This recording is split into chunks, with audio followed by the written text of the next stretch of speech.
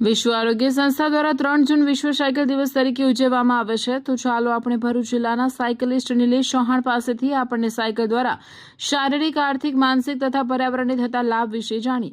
ભરૂચ જિલ્લાના સાયકલિસ્ટ નિલેશ ચૌહાણે જણાવ્યું હતું કે દર વર્ષે વિશ્વ આરોગ્ય સંસ્થા દ્વારા 3 જૂનના રોજ વિશ્વ સાયકલ દિવસ તરીકે ઉજવવામાં આવે છે.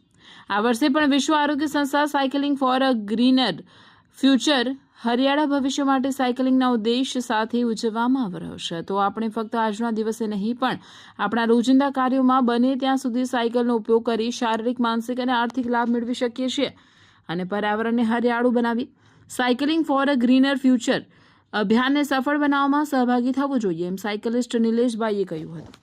નિલેશભાઈ ચૌહાણ 2018થી સાયકલિંગ ક્ષેત્રે કાર્યરત છે.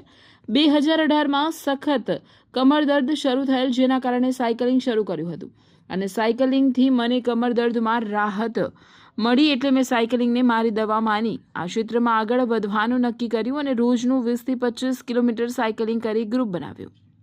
ગ્રુપમાં સાયકલિંગ શરૂ કરી 50 કિલોમીટર, 100 કિલોમીટર પણ સાયકલિંગ કરવાથી સ્વાસ્થ્ય સાથે માનસિક રીતે પણ ઘણો લાભ થાય છે અને વહેલી સવારે સાયકલિંગ કરવાથી કુદરતી વાતાવરણ દ્વારા સ્વાસ્થ્યમાં ઘણો જ ફાયદો થાય છે, તેમ ભરૂચ જિલ્લાના સાયકલિસ્ટ નિલેશ ચૌહાણે જણાવ્યું હતું.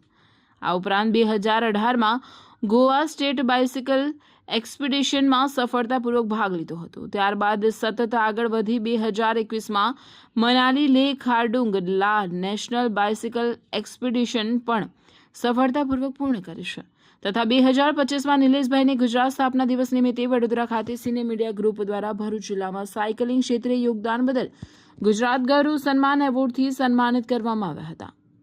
Bureau report Salambhai Malek.